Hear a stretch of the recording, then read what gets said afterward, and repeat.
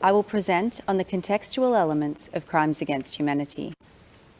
And second, I will set out some of the prosecution's evidence on Mr. Duterte's individual criminal responsibility for the crimes alleged in this case. Turning first then to the contextual elements. Your Honours, the contextual elements of crimes against humanity are established in this case because, first, there was an attack against the civilian population in the Philippines. The attack targeted civilians alleged to be involved in drug-related crimes and other forms of criminality. The Rome Statute crimes alleged in this case formed part of that attack. Second, the attack was widespread and systematic. And third, the attack was carried out pursuant to, or in furtherance of, a state or organisational policy. This policy was to neutralise alleged criminals in the Philippines through violent crimes, including murder. The evidence establishing the contextual elements are set out in paragraphs 71 to 86 of our pre-confirmation brief.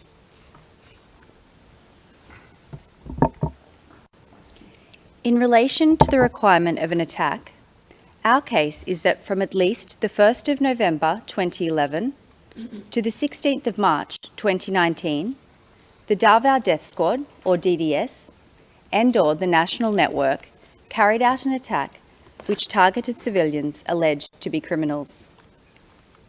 Your Honours have heard from my colleagues how from 2011 until 2016, the attack was concentrated in Davao City.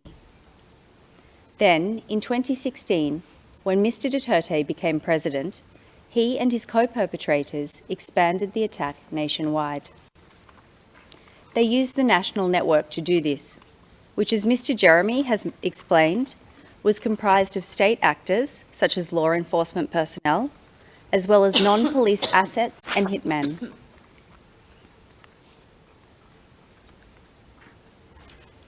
Your Honours, the locations of the murders contained in counts 1 to 3 of our document containing the charges are indicated on the map on your screens. They include 76 murders, which themselves satisfy the threshold of multiple acts making up a course of conduct. However, as Mr. Nichols has noted, the crimes in count 1 to 3 are representative and emblematic of a larger killing campaign. And the prosecution relies on a range of evidence to establish that the attack was made up of thousands of killings and other violent crimes under Article 7.1. This evidence includes datasets and the statements of documentation actors, the evidence of insider witnesses, expert analysis, and the admissions of Philippine state agencies in their public reporting. I will take your honours through some of this evidence now. During Mr. Duterte's mayoral period, hundreds of civilians alleged to be criminals were killed in Davao City.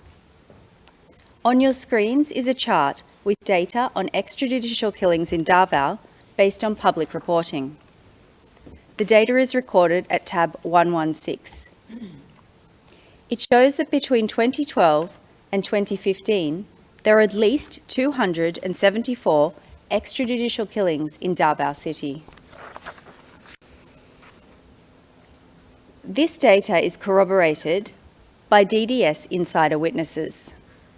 Several DDS witnesses say that they each killed hundreds of alleged criminals while with the DDS.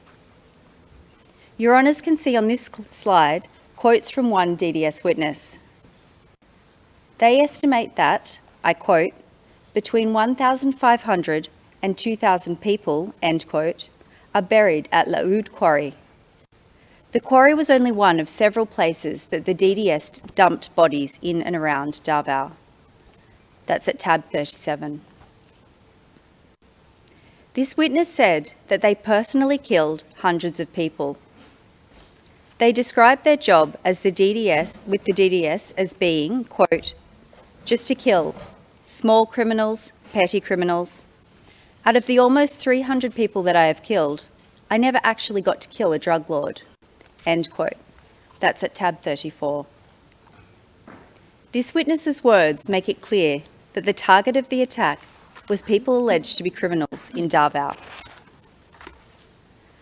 Your Honours, another DDS witness, who also killed hundreds of people, said that the DDS targeted, I quote, suspected criminals in Davao City, including shabu users and pushers, end quote.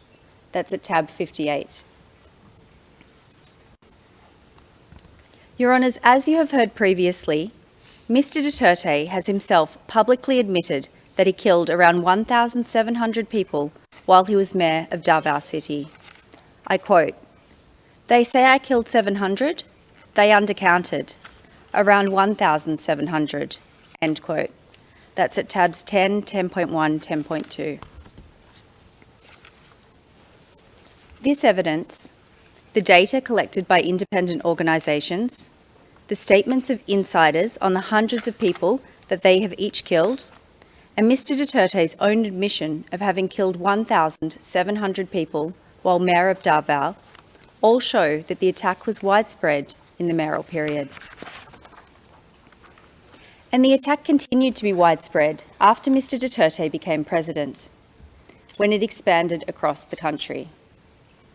The victimisation expanded, with the hundreds killed during the mayoral period becoming thousands in the presidential period.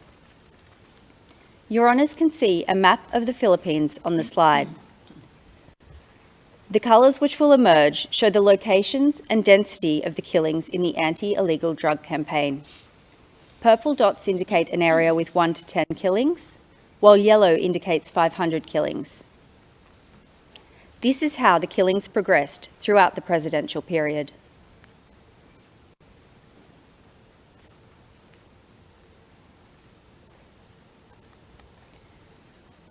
Your Honours, this map is based on data collected by an independent organisation which recorded at least 5,823 anti-drug killings during the presidential period. This data is recorded at tab 104. The data shows that the attack during the presidential period was widespread. As Your Honours can see from the map, it occurred across the country. It occurred over multiple years, and thousands of civilians were killed. Mr Duterte's administration effectively admitted to the large volume of the attack.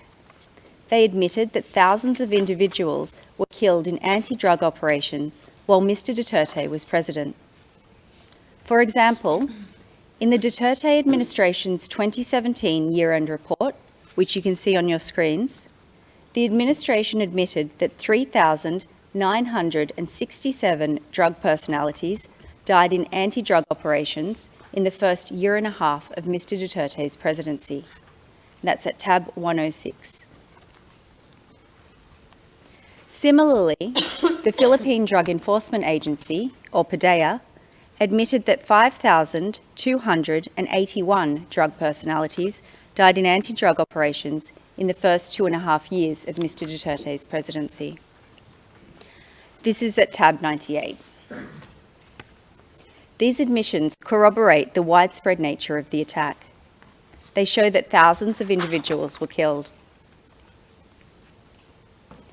Your Honours, in addition to being widespread, the attack was also systematic from its origins and throughout the charge period. The features of DDS operations demonstrate this systematicity during the mayoral period, and these features can be found in our brief at paragraphs 35 to 36 and 88 to 98. Insider witnesses described how time and time again killing operations followed the system set out on the screen.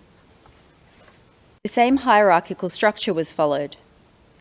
As Mr Nichols explained, the orders flowed from Mr Duterte at the top, through a combination of other co-perpetrators, to the handler of the relevant DDS team, and finally to the physical perpetrators at the bottom.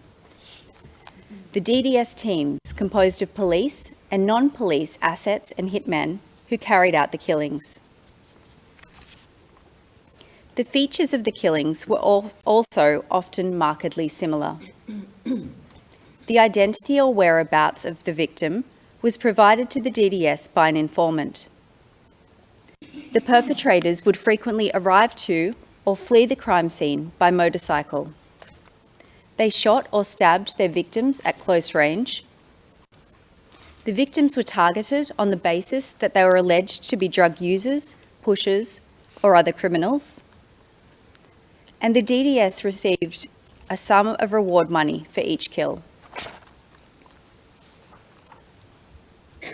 When the attack expanded during the presidential period, it continued to be systematic because it remained highly organised, planned, and coordinated.